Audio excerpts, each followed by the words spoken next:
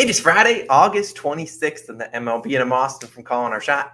And I'm Logan from Calling Our Shot. And we are back with our three favorite picks of the day. We got two over-unders actually coming your guys' way and a no-one first inning.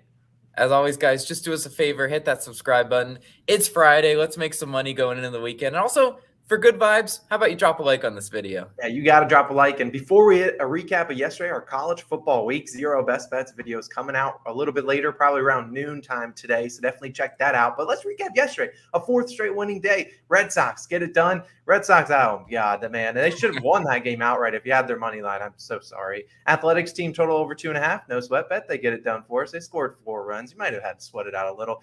And then you didn't have to sweat out the Twins Astros no one first inning because that was ruined in the top half with the homer. But our parlay of the day cashes, like I said, hopefully we helped you guys make some money. Now over that 30-unit mark on the year. Hopefully we can continue to climb and climb and climb. Hit that subscribe button. Hit that like button. Logan, it's Friday. Let's give the people some winners. What you got today?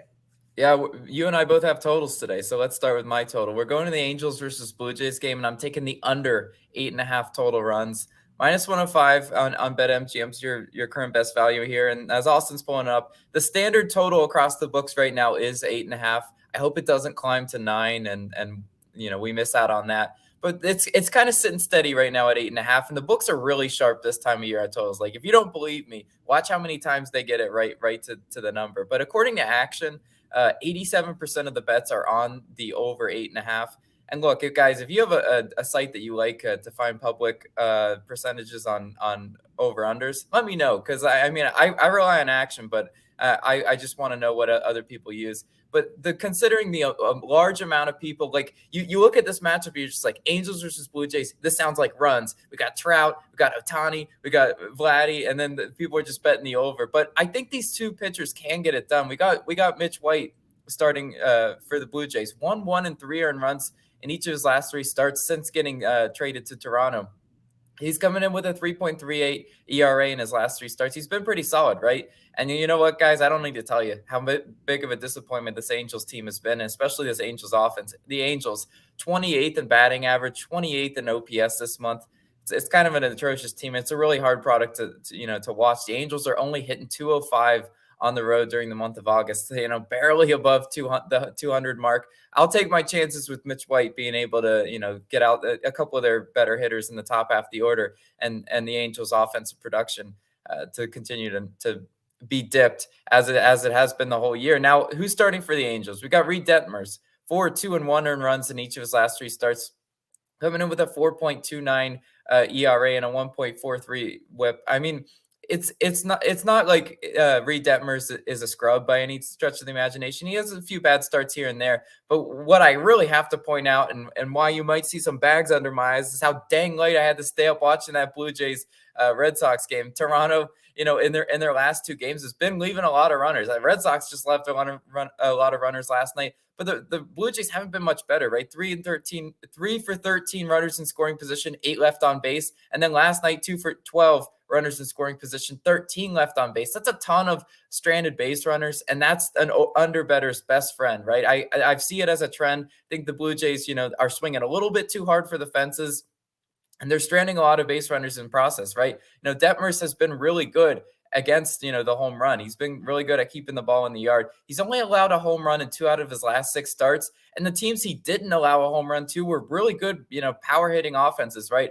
The Atlanta Braves, Houston Astros, the Rangers love to swing for the fences. He didn't allow home runs in those starts recently. So I do think that kind of mirrors the type of Blue Jays lineup he will see today. The Springers, the Guerrero Juniors, sometimes Bo Bichette hits for power. But, look at Toronto. Only 3 home runs in 13 games this month versus left-handed pitching. Detmers is a lefty, and they're only hitting 250 versus lefties this month. So I really do think Detmers should be able to sort of keep the Toronto bats at bay. He's not going to shut them out, but he'll do his best job at keeping them from hitting grand salamis on us. Fingers crossed on that. Angels 19th in bullpen ERA, Toronto 13th in bullpen ERA. At the end of the day, I watched some really bad Red Sox bullpen yesterday, and Toronto really didn't do as much damage as I thought they were going to do. So that's an encouraging sign. So that's why, once again, I'm taking the under 8.5 total runs. That's our first total of the day. But Austin, what do you got for us? All right, so I have cooked up one total as well. There's a couple games I did consider on the run line, but I want to go to this game a little bit more, and I'm going Giants and Twins, taking the under in 8 runs in that game. Currently minus 110 on Barstool, seeing about the same value. You see FanDuel at 7.5. Not sure if I really would touch the 7.5. I guess I would be fine with 7.5. I would not go any lower because we're going to obviously need the 7 to hit. But if we could get a push potential at this 8. Now let's talk about why we like this. On the mound for the Giants, Alex Wood will be starting, and he's no scrub. He's got a lot of years under his belt, and he's not terrible. But in his last start, he was terrible. 4 2/3 innings pitched, 7 earned runs allowed at Coors Field. He was a lefty in Coors Field. You know the drill. They're going to give up runs. And, on the season, a 4.54 ERA, a 1.22 whip. Like we've talked about, though, recently, the Twins have been struggling. I mean, they hit the over last night for our parlay. Wasn't large in part due to them. The Astros had to put the team on their back, getting a home run in the bottom of the 8th. But still, they've really struggled against lefties. Hence why I'm here. The last 30 days, Twins batting .219 versus left-handed pitchers, 7th lowest in the MLB. And they always, whenever they're facing a lefty, they throw Luis Ariz in like the 5 or 6 spot. Look, I know he's good. He's their best hitter, but they're always throwing him down there, and then the guys after him aren't going to be able to get him in if they hit it. He gets on base. So I really don't like what they're doing with their lineup. And you know what? I think Alex Wood can kind of hold them at bay. He doesn't need to pitch a gem. Under 8, it's still a lot of runs, but I think he can do his job against the Twins. Now on the mound for the Twins will be Joe Ryan. He's a right-handed pitcher, and that's important. We'll talk about that in a second. But at home, he's been dialed in. 2.95 ERA, a 1.00 whip. He's no scrub by any stretch of the imagination. Arguably probably their best pitcher they have to trot out there. And after a few rough starts versus the Padres and the Dodgers, he's kind of dialed in. Over the last 2 games, he's only allowed 2 earned runs each of those starts, going 5 and 6 innings pitched in those 2. And we look at it, like I said, he's a right-handed pitcher. Last 30 days, Giants batting .217 versus right-handed pitchers, the 4th lowest in the MLB. They've really been struggling to get people on base and to be able to knock them in. They aren't a team that hits for a lot of power either. Last 30 games, each bullpen, once those Wood and Ryan get out of the game, the bullpens have an ERA of 4.37. It's not great. There's much worse teams, but middle of the pack. I'm more so betting on teams that are really struggling on the offensive side of the ball to just not get it going, not kicking it, just really struggling today. So I think taking this Giants Twins under 8 runs, I think it's a pretty solid look. Now, I did consider, if you wanted a game play, really considered the Royals plus 1.5. Logan and I both considered it, but look, you got the wrong guys. We're not betting on the Bubich today. We can't. And you know what? The Red Sox are going to win today, but it won't be us putting any money on them. So those are kind of game leads. You got the wrong guys. We just can't do that anymore. But Logan, I believe you know what time it is. It's time for a bounce back. It's time for that NRFI Nation time. We need to grab those flags. We need to cash out today. We need to wave these flags as bad as anyone today, because yesterday's just left a bad taste in our mouth. Today we're going to teams with have good offenses on paper, but I think the pitching will be a little bit better today. And we are going to be going to St. Louis, and we will be taking the Braves and Cardinals. No one first inning, minus 121 on Barstool. That's the best value you're going to find across the books. In fact, Barstool's got great odds because you see in DraftKings, they're drinking the juice on this Friday morning, minus 155. Woof. But look, here's what we got. Jose Quintana on the mound for the Cardinals, the new acquisition, not really new so much, from the Pirates.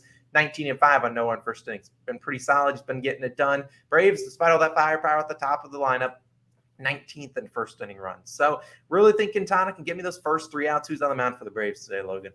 Yeah, take us home, Spencer Strider. Spencer Strider's been great on NRFIs this year. 13-1 on no-run first innings this year. Really solid. And it is a battle of the heavyweights, right? Because we know St. Louis, second and first inning runs. They're a really good, first inning run scoring team. They scored once again yesterday. Because they have great hitters like Goldie and Arenado up in the top half of the order. But I think Spencer Strider, being so difficult to see through the first time through the order, should be able to get them out. The over/under set to 7.5, right in the range that we would do like to pick these NRFIs. Look, if you were burned by the Astros one yesterday, yes, the pitching wasn't all that great and the offenses were great. This one, we have really great pitching and some pretty decent offenses, but I think the pitching can get us through the first inning without a single run. NRFI Nation, let's go. Let's get a quick bounce back. A couple others we did consider, but I think this one is the best one we got officially on the slate. Now we have to hop into our parlay of the day, which did cash yesterday for the people. I know they had been cold. The people that trust us, I saw you guys Twitter slips. You sent them to me. We'd love to see that. Today we're going Padres, Royals under 8.5. So still sort of betting on the Bubich and the Mariners money line with Logan Gilbert. That's our parlay of the day, our 3 picks. Can we go for our 5th straight winning day? Who says no? College football video. Link on the screen when it does go live around noon Eastern time. We appreciate you guys always tuning in. Austin, Logan, we're signing out. Catch you tomorrow.